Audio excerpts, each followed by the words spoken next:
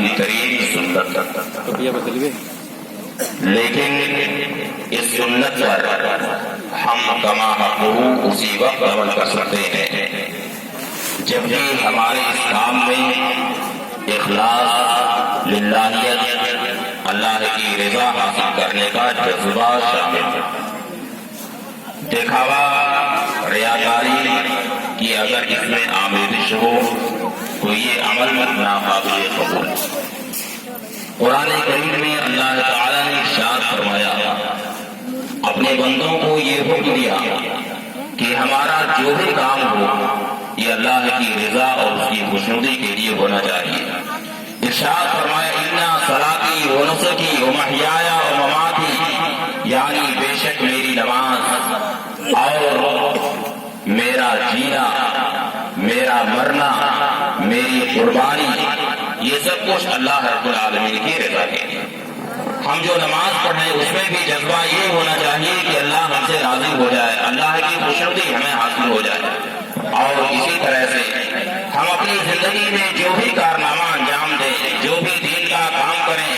اس میں بھی اخلاص اور للہیت کار فرما ہونی چاہیے۔ اور اسی طرح سے ہم دنیا سے جب سفر کریں تو اس جذبہ پہلے سے ہمارے دل میں رہنا چاہیے کہ ہمیں اللہ کی رضا حاصل ہو جائے۔ اور اسی طرح سے ہم جو اسلام کا عظیم ترین شعار آج ادا کریں گے،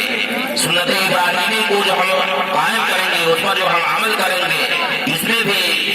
اخلاص اور للہیت ہی کار فرما ہونی چاہیے۔ اور آج کا دن وہ مبارک دن ہے کہ حدیث شریف میں آتا ہے،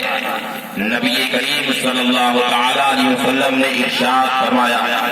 ما عمل ابن آدم یوم النحر احب الی اللہ من احراق الدم، یعنی یوم النحر میں، قربانی کے دنوں میں اللہ رب العالمین کی بارگاہ میں سوائے قربانی کے اور کوئی عمل اس سے زیادہ اللہ کی بارگاہ میں محبوب اور مقبول نہیں ہے۔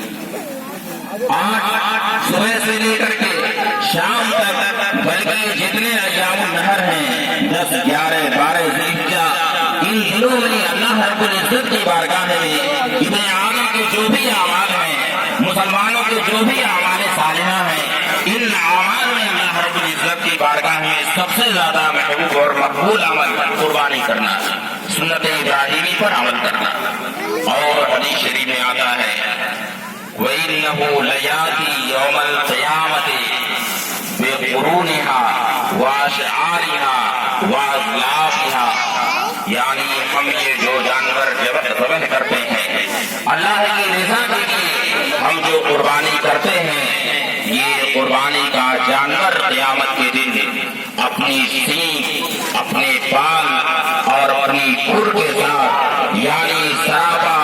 جسم بن کر کے وہ قیامت کے دن آئے گا۔ اور کیوں آئے گا؟ کہ مسلمانوں کو جنت میں جانے کے لیے یہ جو پلسرات کو طے کرنا ہے،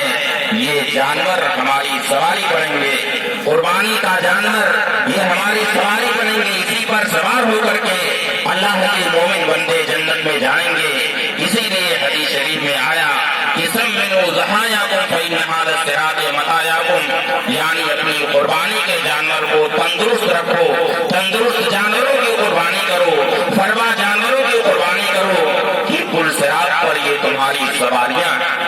اور ظاہر ہے کہ ہم کوئی لمبا راستہ جب طے کرتے ہیں تو یہ سوچتے ہیں کہ سواری کو اچھی ہونی چاہیے، کہیں رات میں بگڑ نہ جائے،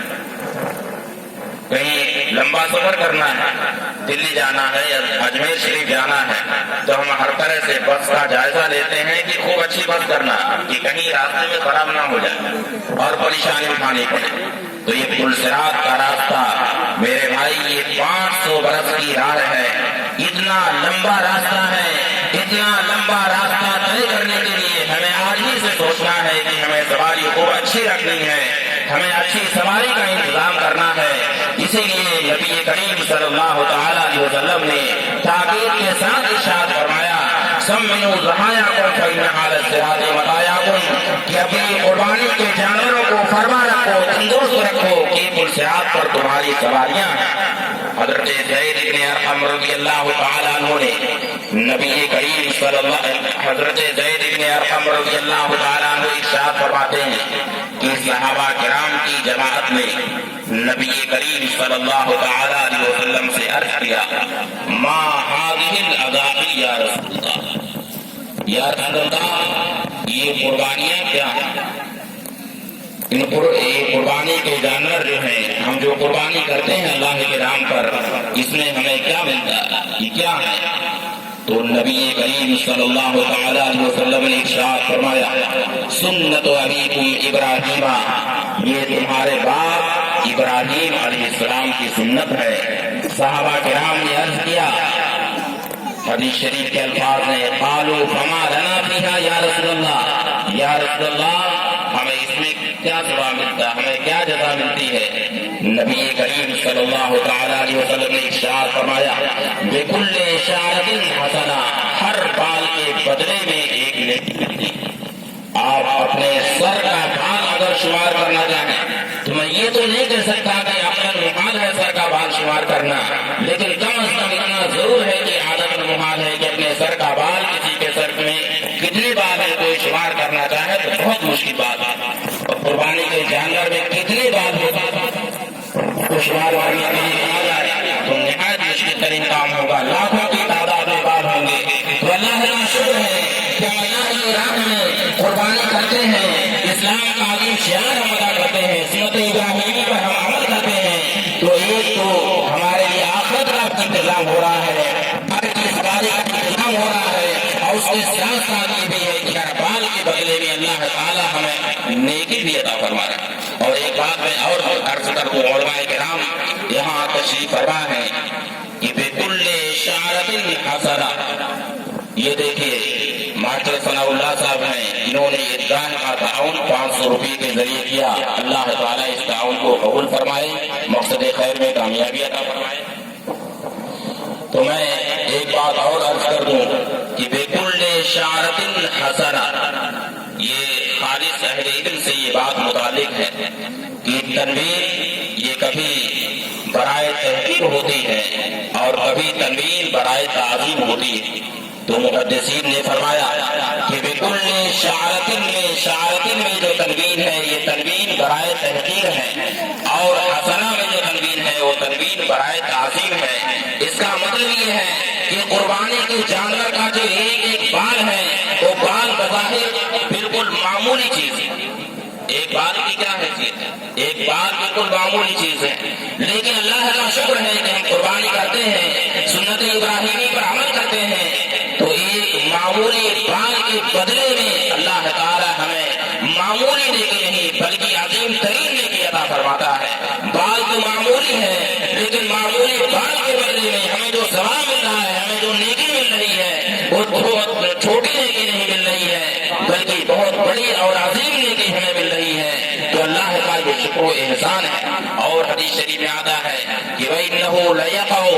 عِندَ اللَّهِ بِمَكَانٍ قَبْلَ أَن يَقَعَ عَلَى الْأَرْضِ، یعنی قربانی کا جانور جو ہم ذبح کرتے ہیں ابھی خون قربانی کے جانور کا زمین پر پہلے بھی نہیں پاتا ہے کہ اللہ رب العزت کی بارگاہ میں ہماری یہ قربانی مقبول ہو جاتی ہے۔ اللہ کے رسول صلی اللہ تعالیٰ علیہ وسلم کا یہ وعدہ ہے، نبی کریم صلی اللہ تعالیٰ علیہ وسلم نے اپنی امت سے یہ وعدہ فرمایا ہے کہ وَإِنَّهُ لَيَقَعُ عِندَ اللَّهِ بِمَكَانٍ قَبْلَ أَن يَقَعَ عَلَى الْأَرْضِ، یعنی قربانی کے جانور کا خون ابھی زمین پر پہلے بھی نہیں پاتا ہے کہ پہلے سے پہلے زمین پر خون کا قطرہ گرنے سے پہلے یہ قربانی اللہ کی بارگاہ میں مقبول ہو جاتی ہے۔ دعا ہے اللہ تعالی ہماری نماز عید الاضحیٰ کو قبول فرمائے، اور ہم جو سنت ابراہیمی پر عمل کریں گے اللہ تعالیٰ اسے بھی قبول فرمائے، اور عید کو عالم اسلام کے لیے مبارک اور مسعود فرمائے۔ اب انہی چند جملوں پر میں اپنی گفتگو مکمل کرتا ہوں، اور مجھے لگتا ہے کہ پھر نیت آپ لوگوں کو بتانی پڑے گی، اس لیے یہ کچھ کہنے سے پہلے میں